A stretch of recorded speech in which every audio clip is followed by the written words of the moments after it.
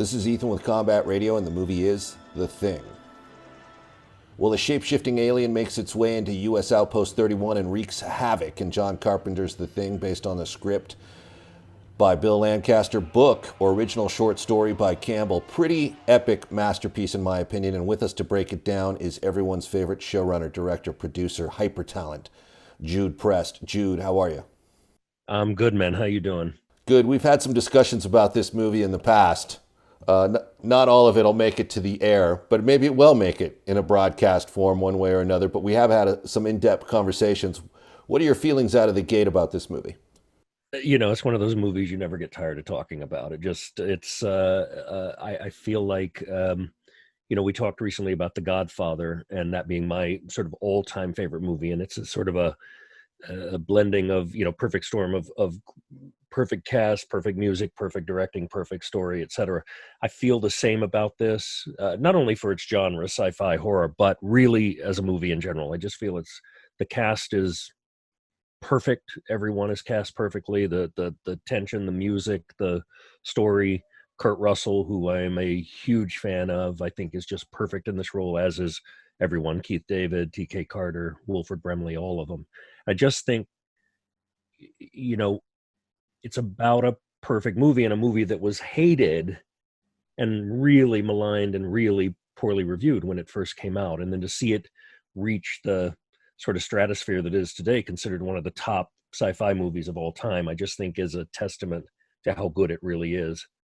Yeah, I agree. It's actually an all-star crew. You've got production designer John Lloyd off of Animal House. You got Dean Cundy as a DP. You got Albert Whitlock, who worked with Hitchcock, as your matte artist.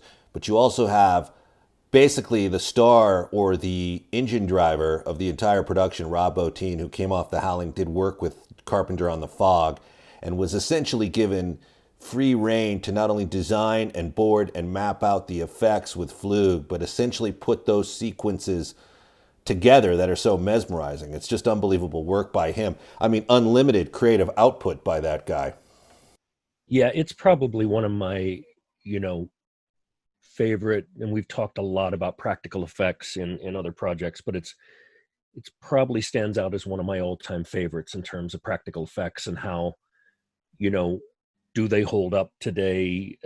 We've discussed before that maybe a couple have weaker moments, or you see a little bit of the effect. But for me, it's some of the best puppetry and miniatures and stop motion I've seen in a modern movie. And as we talk about several times on other shows, that to me, that those practical effects just pop for me. They make the difference. Look, CGI is great, and I love it, and it certainly enhances films, but I think it is overused a lot too. And I think in this case you lose sort of that. CGI for me can do some amazing things, but it should never be a crutch, right? What I like about this is I think there's no substitute for an actor being able to work off of a real tangible thing right in front of them. right. You need the psychology in play in order to deliver the performance. I think that's actually something we've witnessed quite a bit. If you want to make a comparison of a movie like this that's front loaded with practical effects versus a movie like its prequel, which is pretty much CGI driven, and you can see, well, actually, I understand that there was some practical effects that were replaced by the CGI, but that's a subject for another day. But if you want to make any kind of I mean, look at Phantom Menace. It's the performances by a stellar cast are pretty flat, and I think a lot of that has to do with they're busy trying to imagine what they're experiencing. But getting back to the thing, to blueprint it for the audience, once this shape-shifting alien makes it into the camp as the form of a dog, it wanders around, probably starts its alien timeline until it's finally put in the kennel when all hell breaks loose. And what I like about that moment, actually, is right out of the gate, it rips the roof off the movie, and none of these characters need to be convinced they're in an evil situation. They all have real DEFCON 1 understanding of that right out of the gate. And I was watching a movie. What's that? Oh no, I was just agreeing with you. Yeah, I'm because you always have that debate. When does the cast or when do the characters know what the audience knows? And if it takes too long, I think the audience almost feels burdened. last night I was watching The Entity with Barbara Hershey, and I realized there's like 3 or 4 scenes that are the same scene of psychologist Ron Silver hammering her that she's crazy. And I think you only really need that moment once because the audience is already ahead of the character.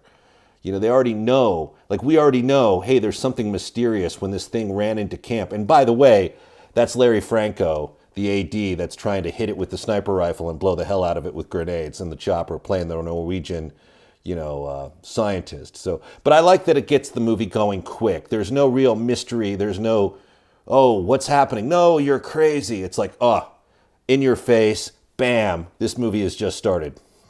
I love that, and I know we've had this discussion where we not disagree, but we have a little slightly divergent things on it. I've always called this one of the best films ever on paranoia, and to your point, they're not really, as you have said, they're not really paranoid, which I'll let you talk about because you know what's going on. But I have always felt that there's a couple of films, The Conversation with Gene Hackman has that great scene where he's tearing up his entire house because he's got to find this listening device, this bug that's been planted on him, and Das Boot, which is claustrophobic and paranoia, one of the best examples. But to me, The Thing has always sort of symbolized this intense paranoia where you know this monster's out there, but you don't know who you can trust. And I don't know, I just always, to me, I remember from even a kid, it's like this, the sense of dread and tension and suspense and paranoia that this film brings up, I think is almost second to none. Well, it's top heavy on mood in all the right places. And other people and myself have used that description to describe the film, that it's really about paranoia. We had this conversation on an earlier broadcast, and then it suddenly clicked in my head. I'm like, wait a minute. There's actually an alien that's trying to kill these guys. There's no fucking paranoia about it. It's like, is it really about paranoia at that point? But I do love that that fits into sort of the arsenal of what the movie gives you. And interestingly enough, about the moment we're talking about when this dog explodes in the kennel, that effect was actually done by Stan Winston when they ran out of either time or if labor was getting away from the effects gang. He came in and actually created that whole dog transformation sequence, some of which is shot in reverse, by the way, but it's a hand puppet essentially built around. And if you walked in on the set that day, you'd probably start laughing out loud because it's probably raised up with puppeteers under the planks that can't really hear the director, and they're trying to move this thing. My understanding is there was an animatronic built into it, but it was essentially an organic body which gave it the organic feel when it goes on the attack, which it's interesting because this is really a revolutionary movie effects-wise, and Bottin deserves all the credit for that. But that particular moment that we're discussing right here is Winston's brilliance. And didn't you say, I think you brought it up, and I've read a little bit about it, that Bottin actually had a big hand in convincing Carpenter that the creature should be able to do sort of all these different things and morph into all these different right. Well, in one of Carpenter's earlier drafts, and keep in mind the studio wanted to make this for a long time, there were several people who took a crack at it, including my buddy Toby Hooper off of Texas Chainsaw Massacre.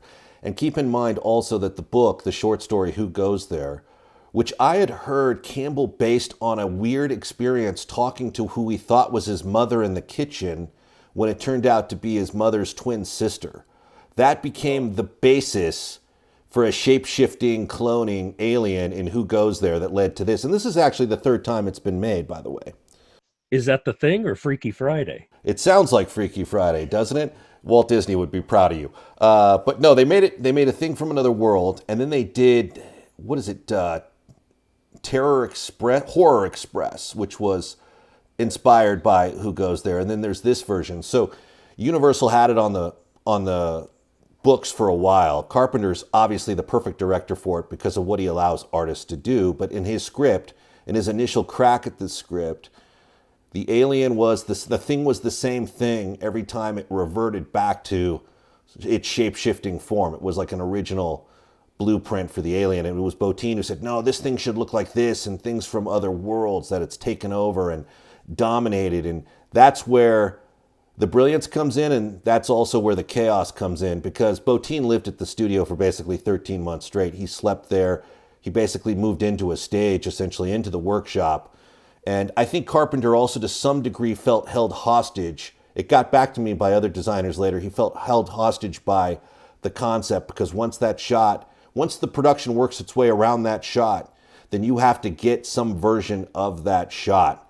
And the moment that comes to mind that's so elaborate is when they had the hydraulics built into Charlie Hallahan, and he's in the table, with the fake chest, and it snaps open, and Doc Copper goes to revise him with the, clear, and his hands go in and get bitten on. They brought in an actor, actually, incidentally, who was a double amputee. So props to them on doing the hiring, giving everyone a shot at employment, right? And they put a mask of Doc Copper on his face. The thing slams shut, rips open these fake arms made of gelatin with like wax bones, the panic.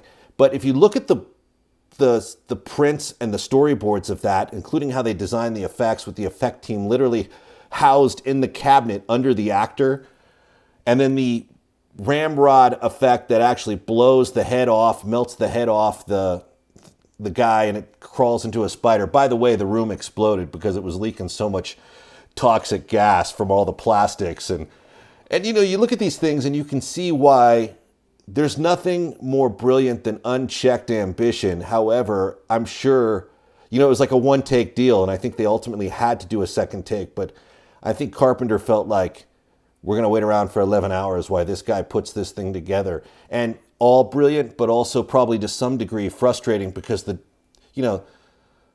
director's got the producer in his ear, and the producer's got the studio in their ear. And the producer of this movie, David Foster, has told me so many horror stories from this on Combat Radio in the past, and all of those Thing production stories are in our Combat Radio archive someplace for anyone who's interested.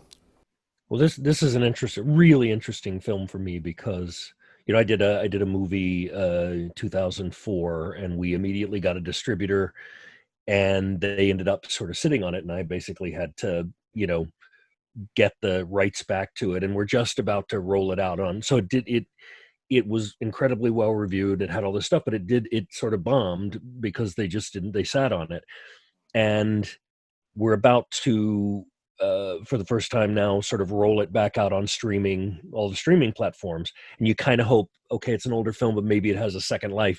And to me, The Thing is sort of one of the best examples of that, and what gives me hope, because this is, it happens all the time in Hollywood, turnaround and things taking, years and years and years and decades for development. But this is a story for me this is a film for me that sort of seems like, the poster child for that. I mean, they had the rights for a long time. They didn't want Carpenter originally. I think they even talked to Tobe Hooper, right? And John Landis.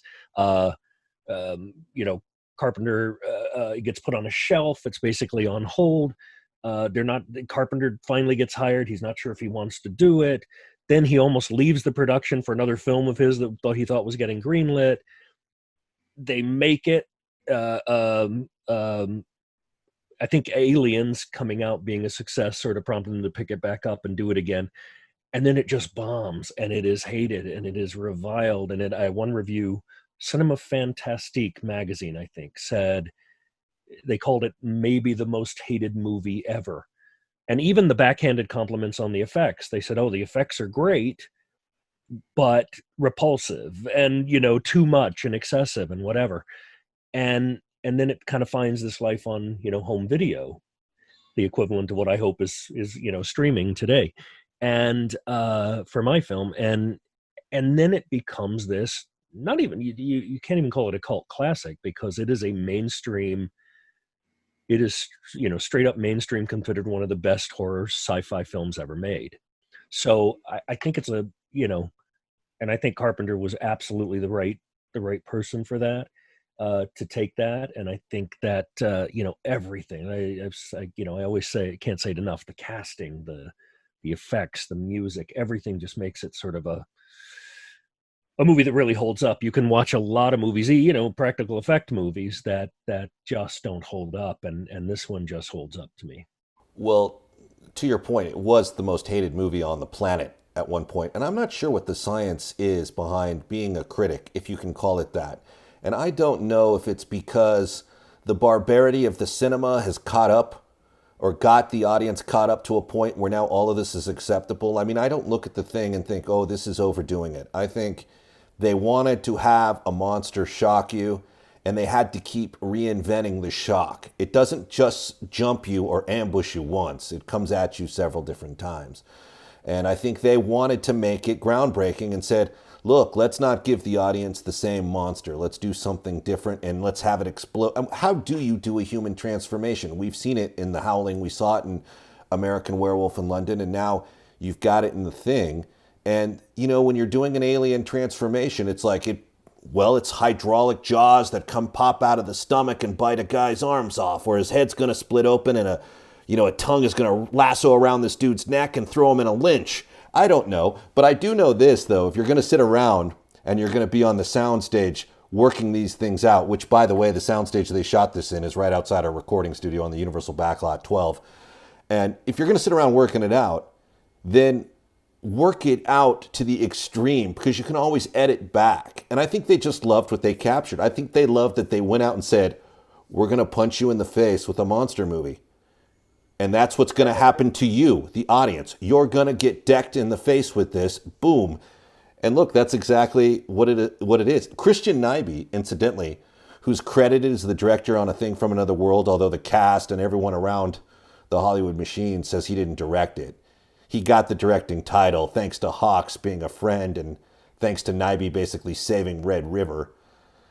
But Nyby was one of the guys that bashed it and told people not to see it, like the whole thing was atrocious and a big mess. But I have to tell you, it works on so many cylinders thanks to the artisans Carpenter got together, and he let these guys do his job. The production design by Lloyd is brilliant.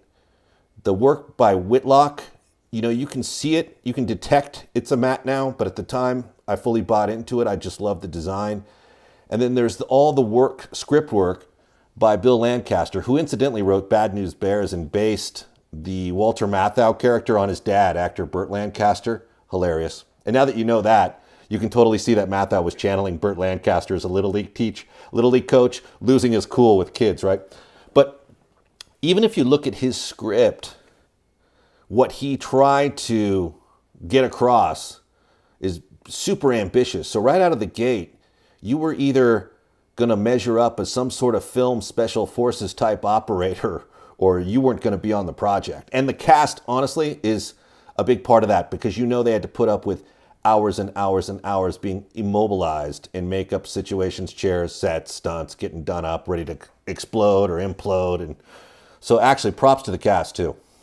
Yeah, I think they shot in Juneau, Alaska, and Alberta, Canada, I think, and then on the soundstage, and in refrigeration units and freezing, and obviously to get that feel. Yeah, I think you were talking earlier about the puppeteers on the puppet on risers and people under it, and you look at those behind the scene photos of things, and it's always amazing to see what it looks like behind, with the pump and the bucket of blood and the goo and the wires all over the place and the cables and the things they're doing. One guy's moving the eyes and one guy's, and then the hand is moving the puppet around. And it's, I love those behind the scene things. And I have a real appreciation, and I always love it when I've gotten to do it in movies as an actor. I actually love the process of prosthetics and being made up and all that stuff. And but yeah, some of those guys are sitting there for 4, 6, 8 hours getting, made up. But there is, to me, when you bring up the casting, I just think it's kind of a perfect cast. We talked a lot about, Kurt Russell, who I think is a really underrated actor. I think he is one of the great, obviously he's very successful, but I don't think he's ever gotten the due as a phenomenal actor that he is. I think he carries every movie I've pretty much ever seen him in. But then, Keith David, I think he was a theater actor. I think it was his first film, and he is brilliant in it. It is his first film, and if you look closely, you can see he's running around the set with a broken hand that's been painted to attempt to match his skin tone. It's pretty hilarious. That part was actually supposed to go to Mosley, but he got the job on Magnum, and that's what Keith David is. He's been under the impression for years that he was second to Mosley on that job, but thank God to CBS, giving Magnum the green light, he got a chance to work with Carpenter, and the rest is history. But continue. No, he's been on Keith David. You said has been on Combat Radio a lot, right? Or been He's on? done. I've done some radio work with him. Yeah. Yeah, he's one of the great, not only the great actors, but great voices. He's just got that great booming voice that you aspire to, if you're doing voiceover stuff. TK Carter, I did a movie with, Southern Comfort. I was, and he was great. One of my little sidebar stories is first movie I ever did, I was still living in Louisiana. I'm from Louisiana. And I was still in high school. It was summer, and Walter Hill came down to shoot Southern Comfort. And TK Carter was in that, Powers Booth, who was phenomenal, Robert Carradine. And it's one of those things, you can't do these things anymore. The Spielberg setting up, walking into an empty office at Universal, and doing all that stuff. I was very brash, and I'd gotten cast as an extra in the film. And I was going to shoot 8 weeks on it or something. And so there was really only one hotel in Shreveport, Louisiana, where they would have been staying. So I called the hotel one night before we started filming, and I asked for Walter Hill's room, and they connected me. It would never happen today, but they connected me. And he goes, "Yeah, hello." And I was like, calling for Mr. Hill. And he said, "Yeah, this is he." And I talked to him, and I said, I've been cast in your film, and if there's any chance I'm an actor, and I've been studying theater and doing a lot of theater locally, if there's any opportunity to do a different role. And he gave me a bigger role. He actually gave me a speaking part, unfortunately cut from the movie, but the whole ending of the film was originally different. There was a whole scene that we filmed at this table in this sort of backwoods swamp Cajun bar, and that didn't make it in the movie, but you see me throughout. But it was just, it's one of those moments where I go, and it sort of shaped how I do a lot of things today. I think you have to, as a showrunner and director and whatever, I'm still looking to get people attached to things or do whatever. And I'll do panels or discussions. And I always say, you gotta ask for stuff, because all they can do is say no. And like I said, you can't get away with a lot of that stuff today because of security and whatever, but, I asked, and he actually gave me a part. I think I was on it. Well, we'll have to check the Blu-ray out to get your deleted scene. We'll see how many times I shot. I haven't seen it in ages, but I always loved the film. And Powers Booth was amazing. He would always sit with the crew and the extras for lunch, and he it was very random, but he sat next to me on one of the lunches. And immediately, I was being respectful. I wasn't really saying anything. I said hello, and I was cordial. And he struck up a conversation with me, and all he wanted to talk about was the Westminster Dog Show that he had watched the night before. He loved dog shows. And so I ended up getting this education on dog shows, and incidentally ended up as a producer and on some of the big dog shows for about a 3-year period out here. And I always thought of Powers Booth. He was great. But it's a phenomenal cast. And everybody in it, Wilford Brimley, and just everybody is so good and plays their part perfectly. And you made a point yesterday that I thought was very interesting, and I'd love for you to hear you kind of talk about this again, is how everybody it's an ensemble cast, and obviously Kurt Russell is the star, but everybody has their moment in that. And you brought that up yesterday, and I thought it was, when we were talking, and I thought that was a great... I feel Carpenter does a pretty good job of giving everyone a moment, either a high tension, high pressure moment, or a scene where they get to basically implode on camera. It's, once they realize or have some idea what they're dealing with, and it becomes a witch hunt, everyone seems to have their opportunity to shine. And I don't know if that's by design or if that's Carpenter's influence, but it works well within the film. Once they put these monsters on the lab, lobotomy table, and Blair tells them that they're still alive. Actually, that's a scene that was cut. I think they ultimately in the film, in the theatrical version, reveal that when Fuchs reports that he's been going through Blair's notebooks and tells McCready that Blair detected cellular activity, which makes him still alive. But originally, they're on the lab table and everyone's looking at him and they're like, well, what's the problem? We just lit him up with the flamethrowers, right? It's done. And Blair goes, Wilford Brimley, who we just lost, by the way, rest in peace, goes, well, the problem is they're not dead yet. And everyone shoots back, and has their moment of like, what? And then you see it like at the scene where the blood bank is sabotaged, and they kind of have the coverage roll around to everybody who gets a chance to show, some tension, and Windows breaks, his moment, and he gets to run down, bust into the shotgun cabinet, and everyone has. I don't think any character is underappreciated in it, and I like how they even went back and did some reshoots to give people even a better death. There's a number of outtakes in this movie, right? One of them is Bennings discovers who he believes to be Clark in a dark hallway by the kennel, and the figure disappears into the shadows. And Bennings is actually stabbed. He's first killed by a knife, and then Fuchs is originally impaled by a shovel in the greenhouse, up on the greenhouse door. Those deaths were changed. Fuchs is obviously burned alive, which is much more mysterious. And Bennings turns into the thing, stumbling, and gets lit on fire. So I think they reworked it a little bit too to make sure these actors and their performances were fully realized. Yeah, definitely. I don't know that there's I don't know that there's anybody in there that doesn't get, like you said, get their moment and really shine. And it's about as good an ensemble as I've seen. Directors are interesting too, because, Carpenter wasn't their first choice, and Walter Hill and Sam Peckinpah were considered. And I was curious what you would think this film would be like if it was Sam Peckinpah or Walter Hill. Well, for Sam Peckinpah, it would be a lot of slow motion.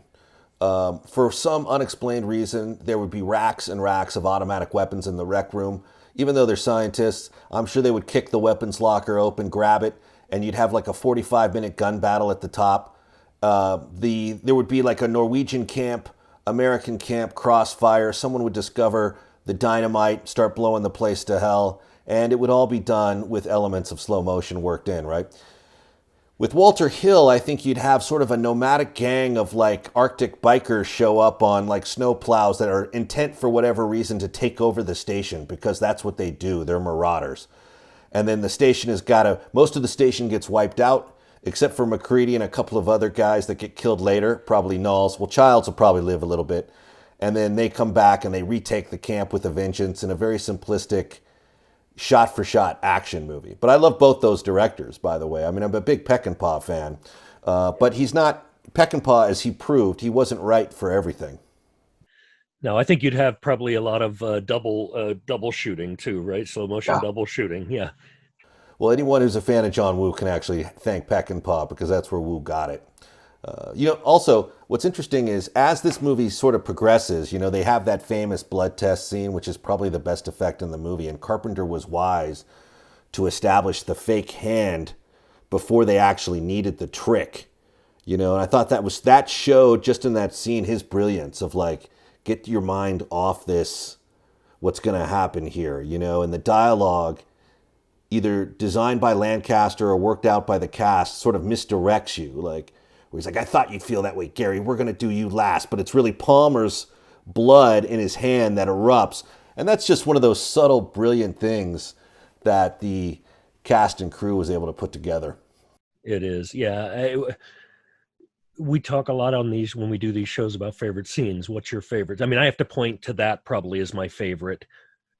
It's not the biggest scene in terms of effect, which I love many of those, but to me, it is the most suspenseful, the most tension, the most taut of the whole film for me. That's probably one of my absolute favorite scenes in the movie. What would you point to as your?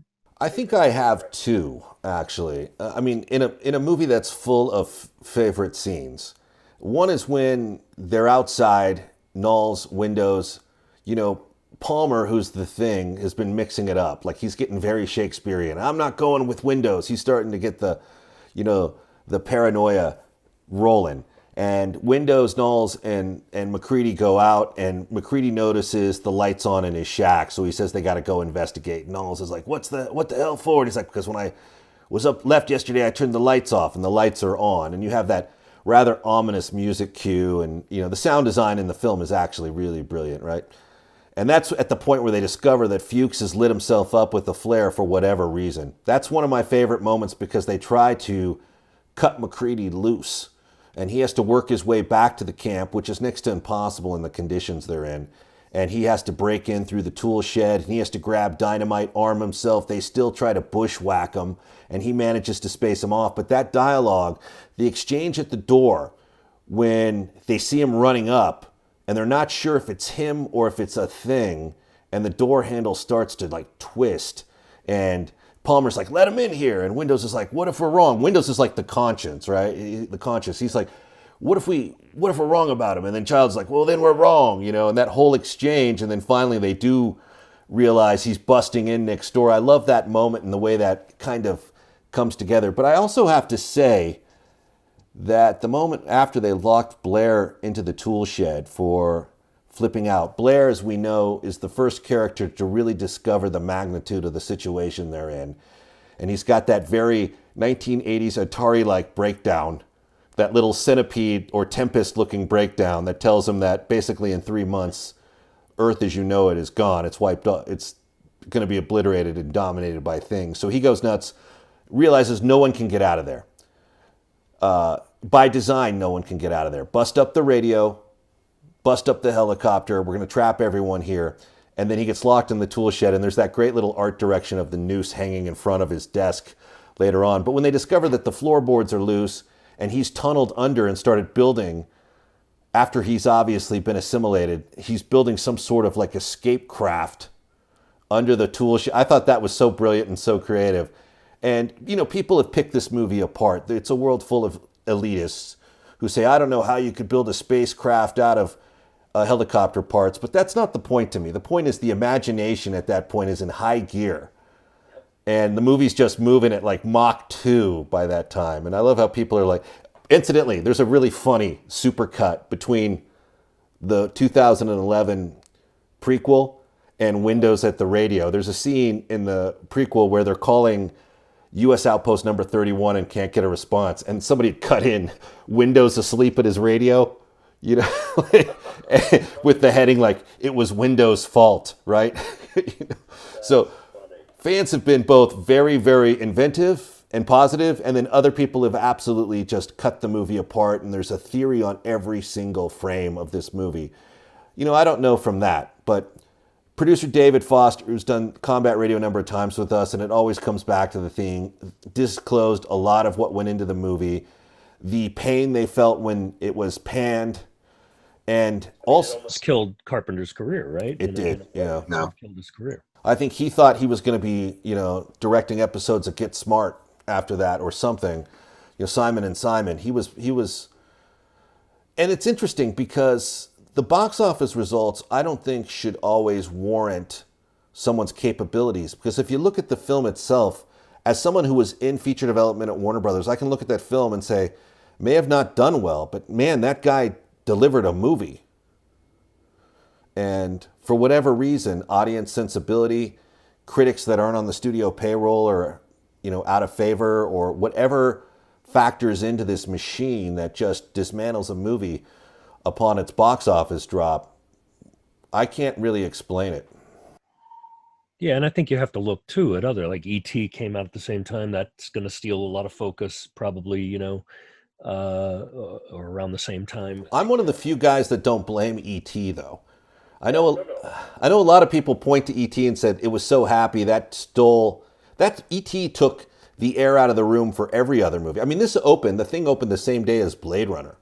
Yeah. And that was also a failure upon its release. And I think the E.T. was just the juggernaut. But I think personally, maybe where American sensibilities were at the time, or global theatrical audience sensibilities, they just weren't ready to be like knocked out by what this is a high caliber, this is a machine that's going to come at you and punish you frame by frame. I mean, if you're not buckled up for this, the movie doesn't get lighter as it goes on. It gets heavier and heavier and heavier. No, and bleak. It's a bleak, spoiler alert ending. And I love that they tried different endings, but filmed a different ending, but that they stuck with the, I don't know, I'm not I just don't think it needs to be buttoned up in a happy bow. I, I sort of, I sort of love the way it ended, in this final moment between these two guys, knowing they're not going to make it out of there, and maybe one of them's the monster, So I thought it was very effective. Um, It ends the same way it progresses, with a level of superstition, and it's basically like almost like a Blair Witch moment. Like, oh, the found footage just ends. But editor Todd Ramsey, who came off Star Trek: The Motion Picture and Escape from New York, actually suggested to Carpenter that they shoot an ending where MacReady lives to protect themselves, and Carpenter was open to it, and they shot it.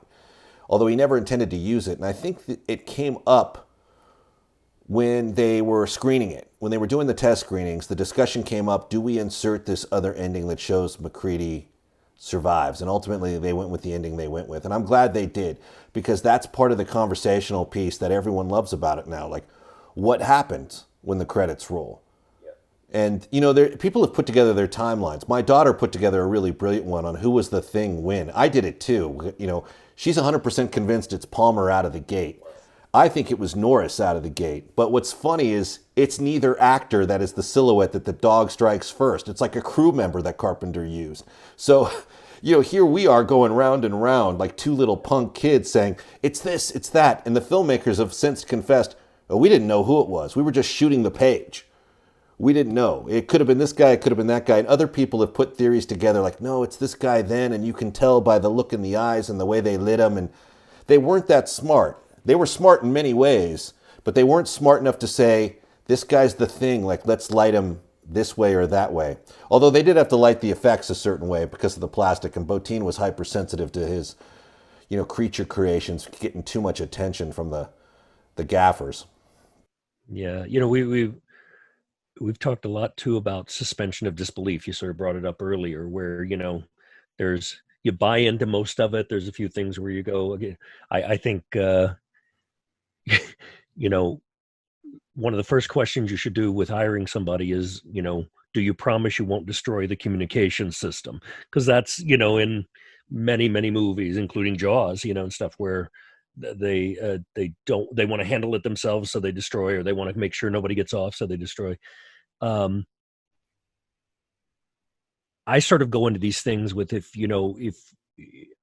I can buy into a lot of films. I talked about, Dick Tracy, that the Warren Beatty film, which, not a great film necessarily, but I sort of love it because of the look. I think they captured that comic book look more than anything. So I really work hard to just suspend my disbelief and go along for the ride. And this one's easy to do that with, because I think most of it, comes off very well.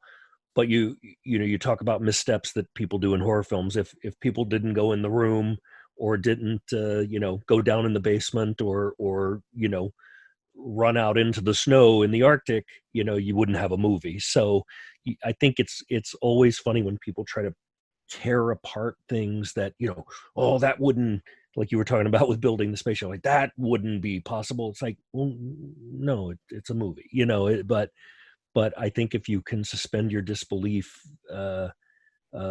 even on, things that are just a little bit out there, it's like, this is a phenomenal ride, of a movie. And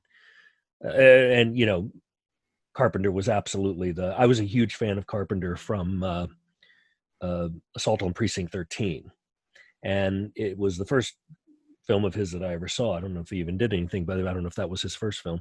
But the one scene always, I was a kid, I was a little kid, and one scene stuck out to me, and it's Kim Richards, the little girl from Escape from Witch Mountain. And the killer has come, and she gets an ice cream cone from the ice cream guy out of this ice cream truck, and she's walking away, and then the killer kills the ice cream truck guy. In the meantime, takes his place. She realizes she got the wrong ice cream and goes back, and she just goes, you gave me, and without looking, the guy just takes a gun and blows her away, this little like 12-year-old kid. And that was such a shock to me at that time, to see that in a movie, especially of a, you never think of that happening, that being done to a kid in a film or whatever. And I think he carried that through in so many of his films, that sort of just, go for broke sort of thing, which I just love. Well, again, it comes back to Hawks, right? Because Assault on Precinct 13 is inspired by Rio Bravo. And getting back to your point about suspension of disbelief, suspension of disbelief is aided by applied logic. If there's enough logic to get you to buy into the next step of fiction, you're good. There's moments where you're just expected to swallow a whole, it's just a trip to bullshit mountain, and you just can't get your head around what's happening. But with The Thing, there's just enough applied where you're buying in to think, okay, I can go the rest of the way with the suspension of disbelief bit. When they go to the Norwegian camp, and incidentally, the Norwegian camp and the U.S. outpost is the same set. They just torched it for the Norwegian set at the end.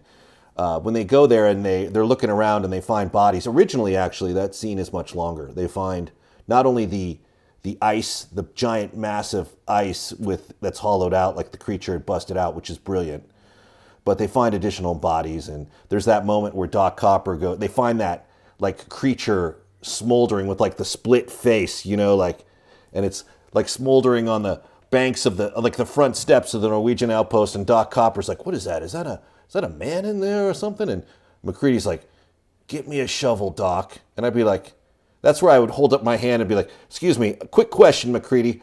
Why the fuck are we going to bring this thing back to our camp? And of course they do it, but you buy into it. It's like, I'd be like, wait, I'm looking around and I see a destroyed compound with a lot of dead bodies, and then I see this alien motherfucker on the front steps. I don't really want that in the chopper for the ride back, and I really don't want it in the same building where I sleep. Thanks, McCready, but you're on your own. We're going back now, Doc. See ya. It's like, it's like, and then of course there's the famous moment with Norris where they drop down on the actual spaceship, and he dates it by saying the backscatter effect has been bringing things up from way down here for a long time. So I would say this thing is a couple 100,000 years old at least. And you're sitting there scratching your head going, how would you date anything with a backscatter effect? Well, I guess that applies just enough to move the movie forward, because there's so much imagination at play there. The fact that this thing may have been frozen for a couple centuries, you almost embrace, or I almost embrace, that element of it more than whether or not the backscatter effect can really tell you how old something in the ice is. I don't know if it can or it can't. I looked into backscatter effect because I'd seen the movie so many times. I'm like, what is that he's referring to? But it's just, those are those moments where you can buy enough of it. You understand you're in a sci-fi horror movie, and it gives you just enough reality with it that it's packaged nicely enough to be part of the ride versus work against the actual movie. It's the flux capacitor. I mean, all you have to do in a movie is say quantum, throw in quantum and throw in, a few words, and it explains time travel. Well, I had a running joke when I was at Warner Brothers Feature Development for things like that. I called it the XK Red 27 technique, which actually comes from Kevin Kline's role in A Fish Called Wanda. When we needed something to move a point forward and we weren't sure how, but we had to explain it, just say, look, that's the XK Red 27 technique. And people actually got to the point, this will really inspire confidence in the Warner Brothers Feature Development Group at the time. People actually got to the point where they thought that was a real thing. Like, oh, that's an XK Red 27 technique. And they'd be like at the water cooler going, oh, didn't you know that? You go, no, I didn't. Oh, yeah, no, I did. And I did realize that was an XK Red 27. And I'd be like, it's made up, assholes. That's not real. And they'd be like, oh, of course it's real. I'm like, no, I borrowed it from Kevin Kline. And then they'd, of course, try to actually... It's like voters, right? Of course, they would try to justify this fake thing being real because that's easier to do, to go down the rabbit hole on, no, it's absolutely real, than just realize, oh, we've been duped.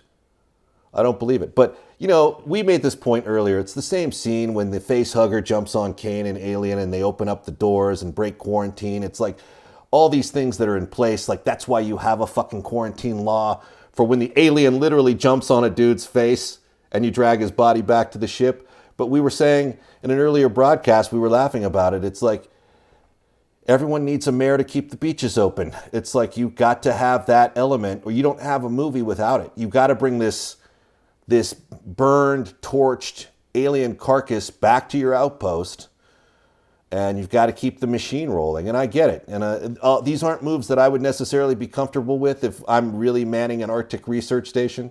But this is what happens in the film. And aren't we glad? Because it'd be a real boring movie if they just left it there, right? So I'm all wrong about all of this.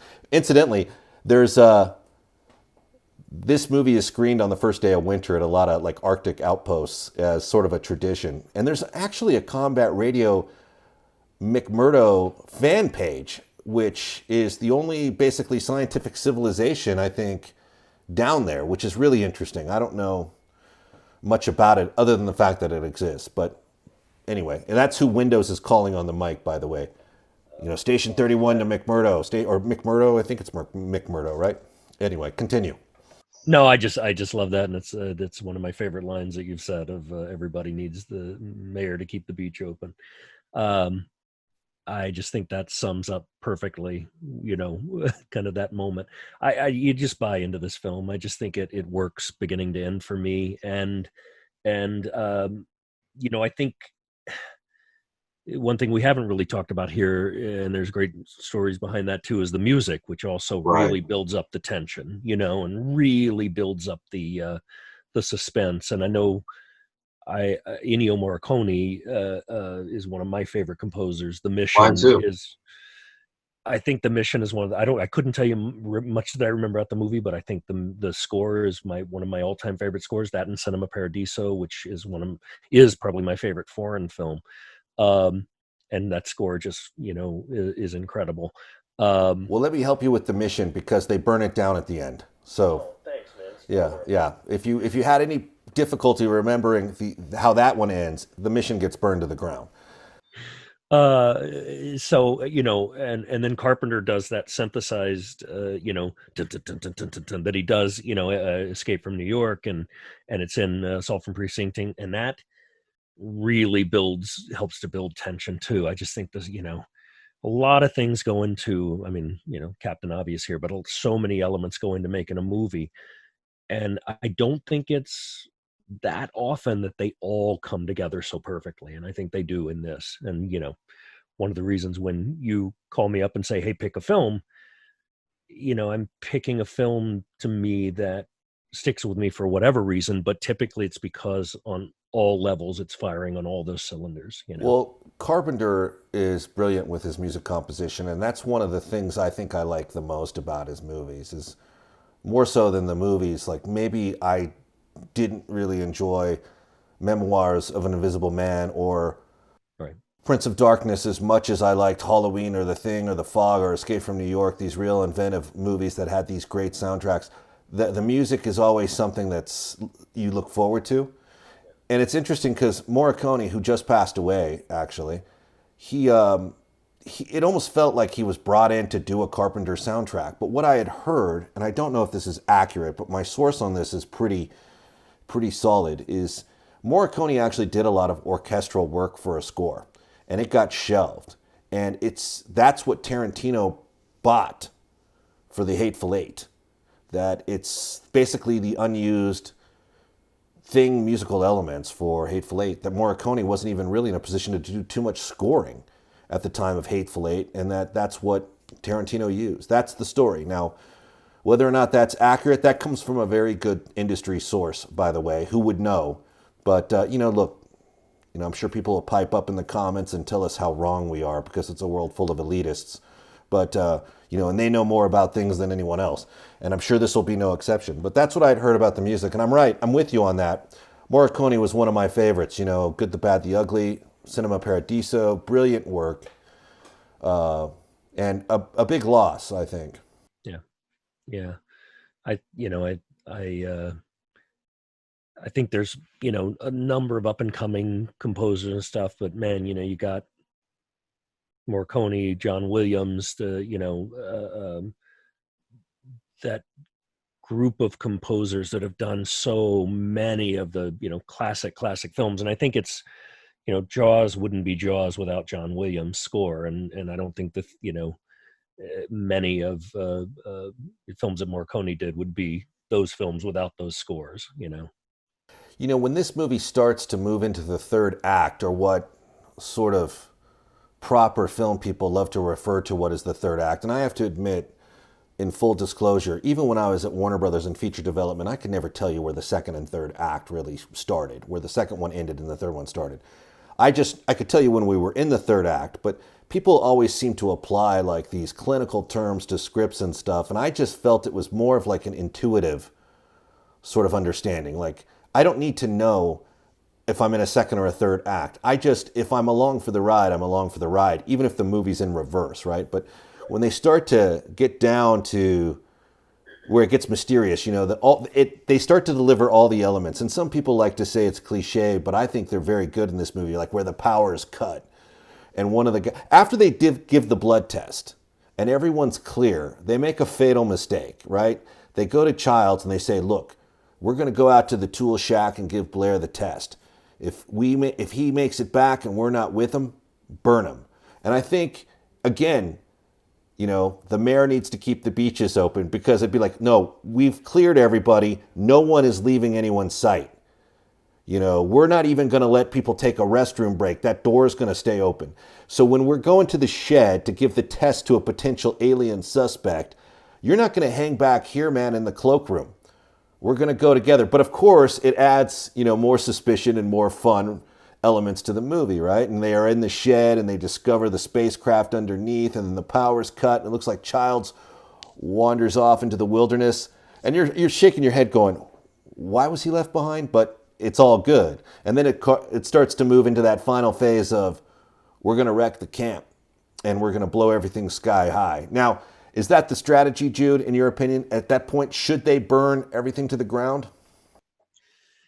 I don't know. Look, I was thinking about this a lot, because, I would always think survival instinct would kick in and you hope there's some chance of survival. You lock your, excuse me, you lock yourself in the food supply room and don't come out until maybe somebody comes and rescues you. The other side to that is, if you think about it, the movie probably just would start all over again, because the rescue team that comes in finds all the dead bodies, goes back to finds the site. Another scientist goes, oh, we got to take a sample of this, and it starts all over probably, So no, I think, for me, it feels like self-preservation would be, let's not burn down the one thing. Maybe there's no hope, but let's lock myself in the food shed and see if, maybe somebody shows up. Well, the thing I kept thinking about is, how long does that give you if you burn the camp to the ground? 72 hours maybe at most before this alien creature can freeze again. But I think they need sort of a battering ram ending there, where things need to go completely to hell. So they start blowing it up room to room to room, and they ultimately go down to the generator room and find out that the generator is gone, which is an awesome concept. And there's actually, in the script, a real elaborate death scene was designed for Knowles. Now, in the movie, it works well, because he just sort of disappears in the shadows, and your imagination, you've seen enough by then that you don't need to be compounded. You don't have to be hit in the head with another hammer of this thing's capabilities. It's just much like Fuchs, he kind of just mysteriously gets rolled out of the cast. But there was a real elaborate thing they wanted to design, and they actually shot a stop-motion ending, but Carpenter's eye could detect there was a little Harryhausen there. And they didn't, obviously, as you stated earlier, they didn't have the computer to help smooth CGI out and things like that, so it was what it was. And they were smart to veto that, because I think if you go along to this movie and you get to a moment where the alien is obviously like Jason and the Argonauts, or if it's like the ending of In Harm's Way, where you realize it's a model, and you've witnessed this amazing movie to only have a very bad ending like that, I think I'm glad that they vetoed that and they did what they did. And by the way, Roy Arbogast was the on-set practical effects guy, and that brilliant stunt where he blows all the floorboards up is done with like a train track rail under the set with a metal, an iron wrecking ball, and they just pull it and it blows all the floor up, and then boom, alien. But they didn't have either the budget at the time, or quite frankly, probably the mental stamina to do a big Knowles ending sequence there. Knowles is screaming for help, like, help me, like out of Alien or something, and Basically, the thing pops up as Blair. McCready, tells it to fuck off, throws a stick of dynamite at it, and boom. Yeah. Yeah, I think originally the what I read was the entire budget for the special effects were like $200,000, and it ended up going up to I think 1.5 million. Uh, and I think it shows. I mean, when we talk about effects, I think it also depends on the era of when the movie. I mean, you can look at King Kong today and see that it's obviously stop motion and very jerky, but it is legendary and a classic, rightfully so, because of the influence it had at the time when it was produced in the 30s and came out, and people had never seen anything. That trip to the moon, was revolutionary effects for the when nobody had ever seen anything like that. So I think the same thing to me can be said about the thing, where yeah, there's probably a couple of parts where you see a little bit of the stop motion, but for me, I think those effects, the spider head and the clamping of the arms, out of the chest, and all those scenes, and the big monster growing, and the dogs and all that stuff is so revolutionary for that time that I think you look at it in the context of when it was produced, and it you know holds up incredibly well to me, and still is very I buy into most of it. I mean, I just buy that most of it is really happening there in the context of the film because it is done so well. I buy into it too. And, as we had said earlier, Bottin had basically moved into the studio and lived there for about 13 months. That level of sacrifice is unheralded. And I think at some point you could probably show dailies to the studio, and the studio would buy into increasing your effects budget with what you were trying to attempt. And the thing I sort of reflect on when I know the system at play and what these filmmakers can do is, I'm sure there was enough savvy people around to say, look, give this guy the $100,000, $200,000, $300,000 he's asking for, and it's since paid off, right? That's the element behind all these movies. This movie has made its money back 100 times over now, and it continues to make money, and it makes money for these reasons because they were invested in the quality of the production, and they didn't shortchange it. And I know that there's always that argument of like, are you going to throw good money after bad? That's the phrase people like to use. But with this, I think they looked at it and said, let them have their ending. And, Bottin ended up in the hospital after this shoot. The guy laid out, man. I mean, he was like a commando on this movie, and he paid the price, and he's every bit, Bill Sandell worked with him on RoboCop and had a lot of great things to say about him. But you would probably be stretching reality if you thought that there wasn't long-lasting repercussions for living at the studio for 13 months, making monsters that blow up and, explode out of people's, chest and split them in half. And it sounds glamorous, right? Until you're there, like in month 10, 11, 12, going, fuck.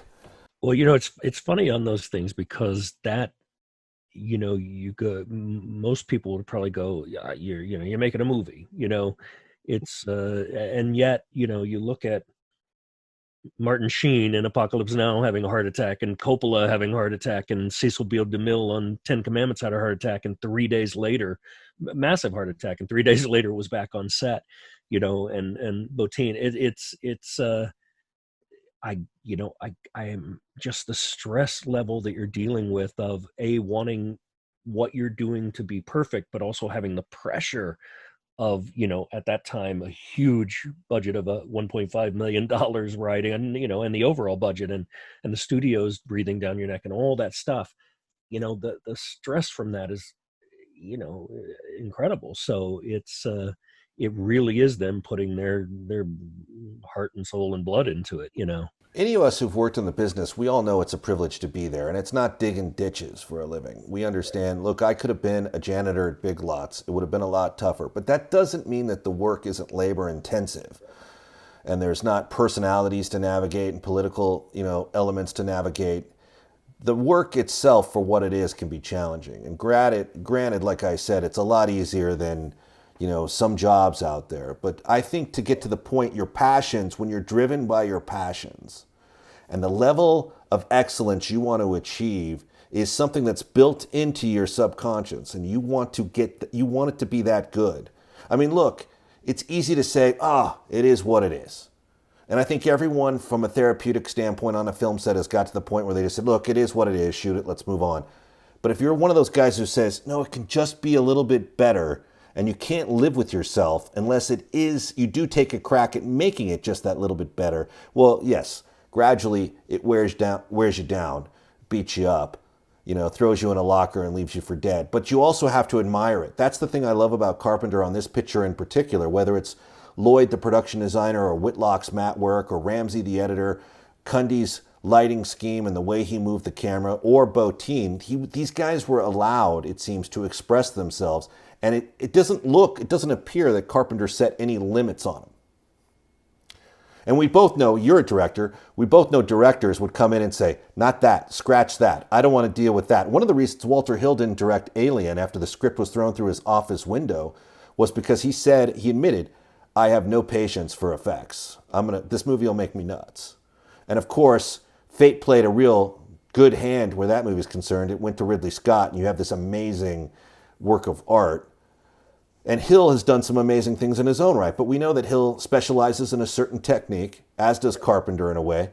And I'm just glad that these guys embrace letting someone as young as Bottin, because he was in his early 20s, and just be like, okay, go crazy. Because you can even hear Carpenter in past interviews saying, go down to the storyboards, go down to the art department, sit with our storyboard artist, and I want you to sit there and work out every shot in the movie and then bring it back to me. And they did that. They worked out every shot, they boarded it up, and then Carpenter asked him, he's like, now, do you know how to do all this? And Bottin was like, no, but I'll figure it out. And it's amazing, because don't you wonder what he boarded out that he couldn't figure out? Like, how extreme was it? And what you got because what you got on film is probably 50% of what he designed, right? Isn't that typically shoot for the moon? Yeah, you're always going to shoot for the moon, and then have to scale back to what the budget will allow you to do. But right. I as a director, there are directors that brilliantly take on every aspect. Steven Soderbergh, who's been a bit of a mentor to me. That's a good mentor.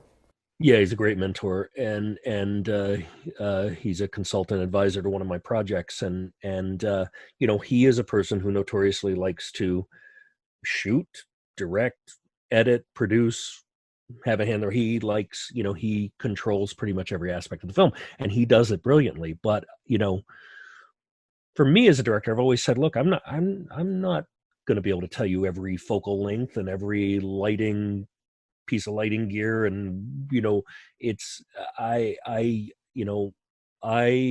have always been of the mindset of hiring good people and let them doing their job. And I think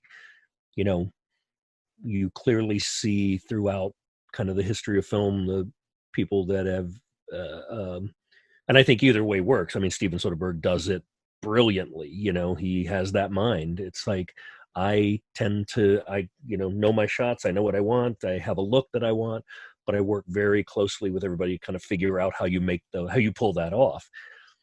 And I think, again, I was watching this thing on Cecil B. DeMille, and, it said his crew, he could be demanding, he was a perfectionist, but his crew was with him, the same crew was with him through almost every film that he ever did. Eastwood's the same way, and Scorsese and Spielberg, they've all had these crew, and I think there is something just to be said with like letting people do their job and trusting them to do the job that you've hired them to do. Well, And there are others that are sort of tyrants on, sets and have a certain style, and that works for them. But, I think when you look at somebody like Carpenter and you go, he just gave people the freedom to do whatever. And I think, you said something yesterday that I think is true.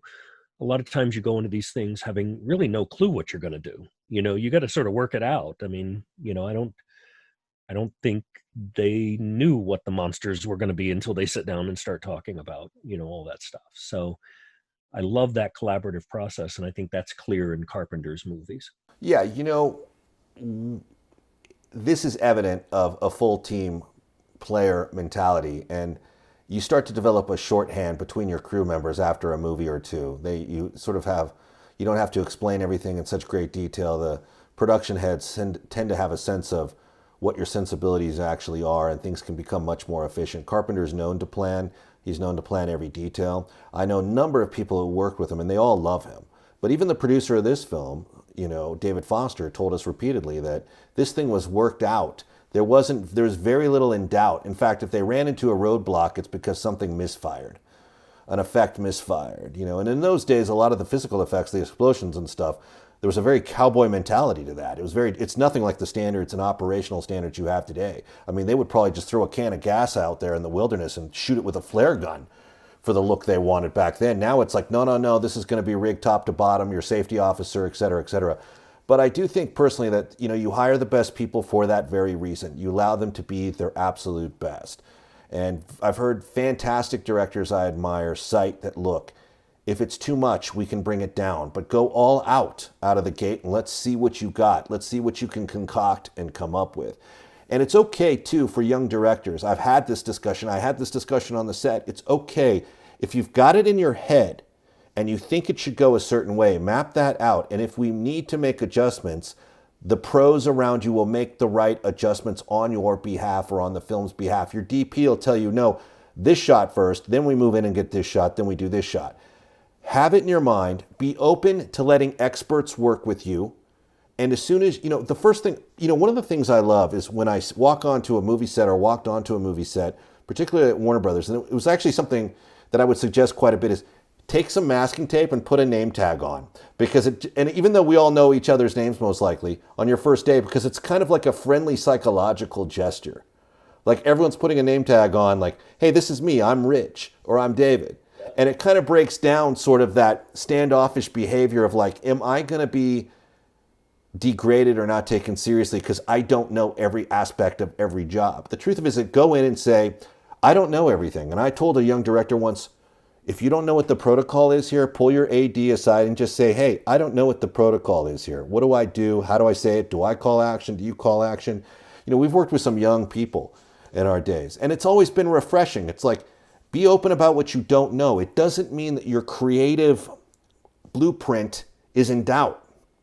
It just means that people will be rooting for you if they show that you're open and honest about what you're trying to achieve and try to respect somebody. And the other thing I always told people, and I'm sure you know this by now, but for those listening, is it's always good advice if you need to blow someone up, to blow them up in private. Don't blow them up in front of the crew. No. And you're going to have that moment.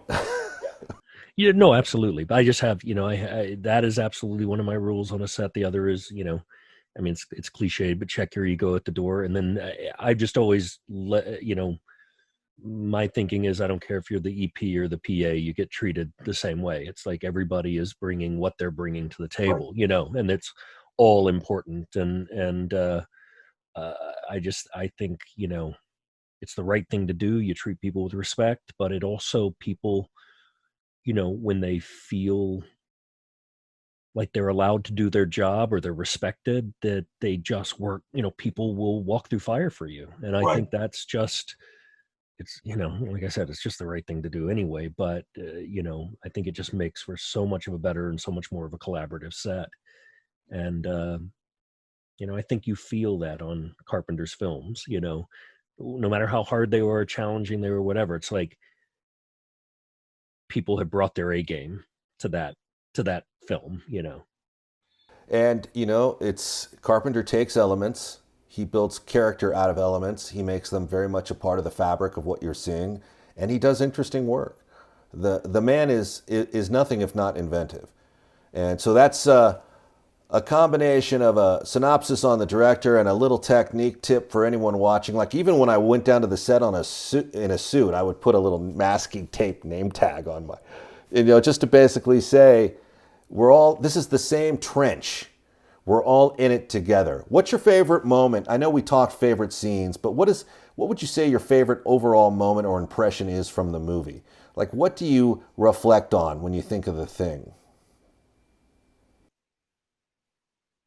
There's an interesting thing about it. I love zombie movies for whatever reason. I like, high foreign art films, but I have a thing for apocalyptic movies and zombie movies and horror and stuff like that. And I think there's the reason, one of the things for me that makes those so appealing is you kind of go, what would I do in that situation? And there's that great moment with Kurt Russell where they've sort of turned on him and, how do you know you're not the thing? And he's, you know, holding them at bay. I love that moment because I think it's, we can talk about individual scenes, but I love that moment because it sort of sums up for me that thing of, man, what would I do in that situation? Sort of the same thing of like, would you blow up the whole thing, which some negative comments that I read about that says, he had basically one stick of dynamite. Could it blow up the entire compound? But I think there's those moments where you kind of put yourself in that character and you kind of go, what would I do in that situation? So I love that standoff scene. I love the scene at the shed. I think that's just a really good moment in a bizarre sort of way, in a really probably bad comparison. It's sort of, Tessio and the Godfather going, can you help me out for old time's sake? It's Brimley's very vulnerable in that shed. The first thing that comes to mind about that shed, though, is, when they lock him up in there, they only give him a little bit of vodka. And if I was the prisoner, I'd be like, what the fuck? Are you serious? I'm going to be locked in a tool shed and this is what I've got?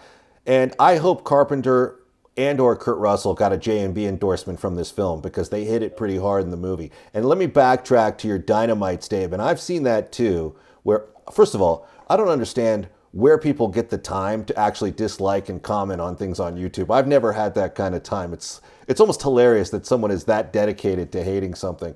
But when they throw the stick of dynamite, remember, the generator room is already wired with all kinds of, gas cans and, dynamite batches, and the whole thing's set to explode. The idea was to wire it to bring the whole place down in the ice. And all you need is one concussion blast to trigger it. So I sort of don't buy into this one stick of dynamite isn't plausible. I mean, by that time, if you're arguing that, then none of the movie's plausible. You don't care. Yeah. I you're absolutely right. And I think it extends to critics a lot too. I mean, especially in a thing where a critic can kill or, destroy or make a film or play. I think that, reviews and stuff is so subjective and probably dependent on what mood you woke up in that day, that sometimes it feels like, emphasis is put way too much on that. And now I think, anything with the online presence becomes a soapbox for stuff. And I think people just have this need to want to tear apart stuff. And me, I just want to go along for the ride. It's like, and sort of, I don't think many people feel empowered unless they voice the negative. And again, I don't know, I can't understand the mentality of the critic. To actually take a paycheck to dismantle people's attempt at art, to me, is sort of an outlandish concept. It's one thing to have an opinion. It's another thing to be paid to put structure to that opinion and basically dismantle productions and careers at that time for a living. That's always seemed a little bit too much for me. If you like something, even movies I don't like, and there's a lot of them because I'm geared towards particular tastes, but I still suggest, you should see it though. You might love this movie.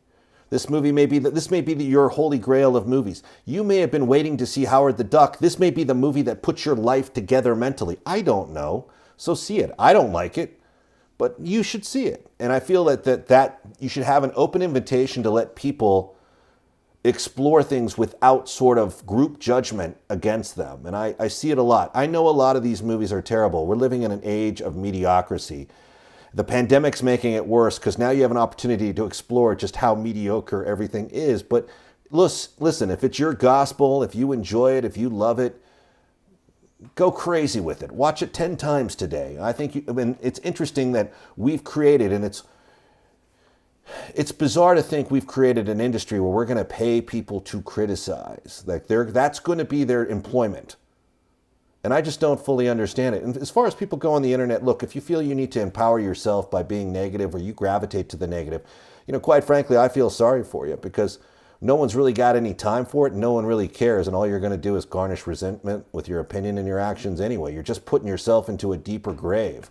Resent something and hate it all you want. If that's going to be your mantra, then people are going to be like, fuck this guy. Anyway, let's keep it about the thing, though, because we can easily go down. We deal with this all the time. We deal with people all the time who have sort of an opinion, and without that opinion, they don't feel like they're human beings worthy of being around other human beings. When all we really want from someone is to have some sort of special uplifting engagement. We really don't need you walking in here telling us everything that's wrong. No. I would much rather walk into a movie, come out with a movie going, yeah, I didn't care for the movie at all, but man, that performance was good, or the way it was lit looked amazing, or Howard the Duck is a great example because I'm not a fan of that movie either. But as I was watching it, I go, I'm watching part of this, and somewhere in the world, this is someone's favorite movie. Everybody likes something for whatever reason they like it, and I learned early on by some of the people I worked with that, lead off with the positive. It's like, Right. if I'm directing something or producing something, it's like, if I have an issue with someone, I'll go, look, you're doing this great and this is good, but here's, we need to work on. It's like, I don't know. This need to tear down stuff I don't understand, and certainly when you're talking about nitpicking stuff on a movie that's as, well put together as the thing.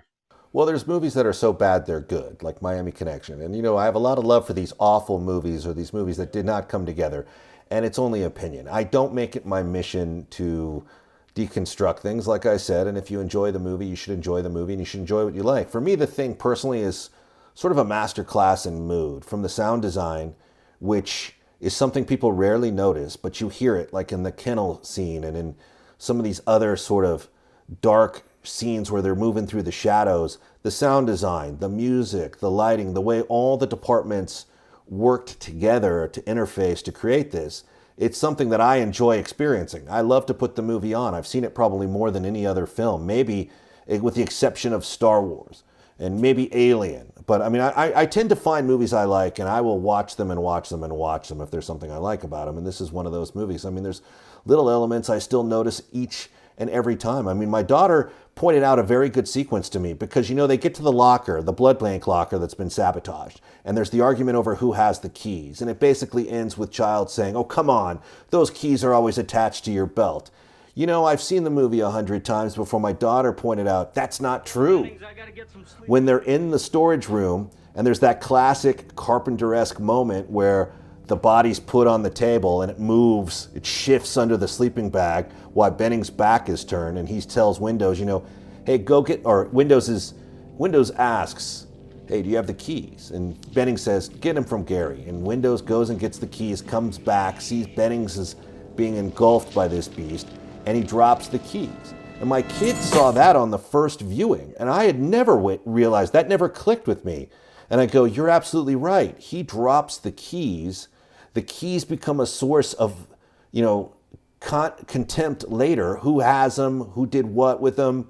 And I just love the fact that here we are, a movie that's, 40 years old, and we're still discussing plot points like this, like little kids, which when I saw this movie in the 3rd and 4th grade, only one other kid in my school had seen it. We were both terrorized, but we both admitted we got to go back and watch this again just to detective this movie out. Because this is one of those few films where in 1982, 83, 84, I saw it on video and probably shouldn't have, you're sitting here saying, I don't know how to describe what I saw in this movie. I can tell you what it's about, but I can't describe what happens. I mean, there's so much intergalactic chaos in this thing that you just have to see it. You just have to watch this movie. And that's what I would say today. Anyone listening, if anyone cares, even you haters out there, you need to see this movie. Sit back, open a bottle of Crown Royal, or in the case of The Thing, open a bottle of J&B, and just kick back a few drinks and watch the movie, right? Have fun with it. I would agree 100%. I think it's a movie that just works on so many levels. And if you just, go along for the ride, and it's a phrase I use a lot on these. I mean, I love coming on with you on these things because, you talk about movies in passing to people, or you say, oh, I love that movie. But to really get in and be able to talk about a movie that influenced you, horrified you just can't watch. And I said that, there's three movies on my phone, The Godfather, Jaws, and The Thing. And sometimes for no reason at all, I will just pick it up and go through. For me, it's the Indianapolis speech in Jaws. Sometimes I just want to hear that again. So I'll go through and, or Sonny getting, killed at the toll booth. I just want to watch that scene because of the way it's orchestrated. The Thing is the same way. I'll just pick it up and just start scrolling through scenes sometimes. I've seen that movie, 30, 40 times. And the mark to me of a phenomenal movie, for me, it may not be everybody's phenomenal movie, obviously, is that it holds up no matter 40, 45, however many years later, it holds up and you want to watch it. And, I always say this about The Godfather, but it's probably true about The Thing and Jaws too. And Star Wars, certainly, which I'm a huge, huge fanatic over. I have every, Blu-ray version and DVD version and special edition version of these films. And yet if it comes on TV, I'll still sit and watch it. It's just, there are movies that suck you in and draw you in and have that appeal. And I think this is one of them. I think it's just a perfect storm on all fronts of just a really solid movie, and a scary movie and suspenseful movie. And that just holds up to this day. Well, I agree with you. And in regards to Sonny Corleone getting shot at a toll booth, he has no one but himself to thank for that, because if you know anything about mafia wars, you never leave the perimeter of the camp. You don't leave the perimeter of the camp, you don't open the airlock when there's an alien attached to a crew member's face, and you don't bring back a scorched alien corpse to your encampment. You don't do those things, and you should close the beaches. But, those are conversations for another day, and maybe that's why we love the movies that we talk about, because we scream at the screen so much. But hey, if you're watching this and you want to be a part of a show like this, or even suggest the movie that we break apart and look at and talk about, you can by going to Combat Radio on Facebook and Twitter and becoming part of our annual Christmas event for social services. As you know, each year we bus in Polar Express style around 400 to 500 homeless children and their families for what is essentially Christmas. Presents, brunch, many of the celebrities we work with co-host the event with us. Now you have a chance to be a part of the magic. Go to Combat Radio on Facebook and Twitter, or Brigade-Radio-One on Facebook and Twitter for details on how you can donate.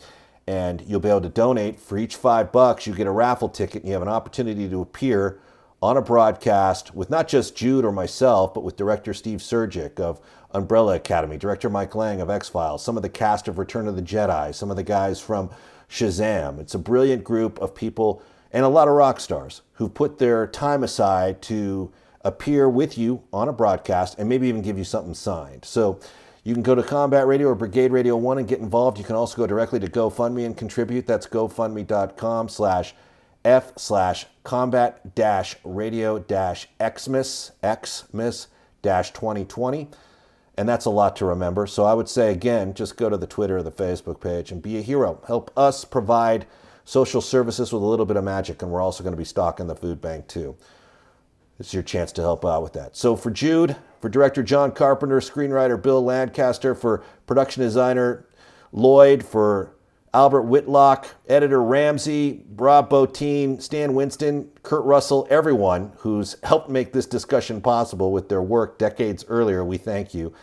And see The Thing, because you need to. And if you've already seen it, well, just do what we're telling you and see it again. Definitely.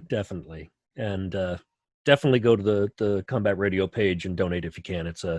I've been lucky enough to work with Ethan and his family and the team doing this for 8 years now, and it is a phenomenal thing they're doing, and so many people come out to help. And if you can donate or share the link or do whatever, do it. It's a great cause. Helps a lot of people. Well, we're lucky you're a part of it, Jude. You're every bit the hero we say you are, and you're every bit the hero we need, and anyone who donates becomes a hero too. And look, you can get on this. You can suggest we look at Howard the Duck.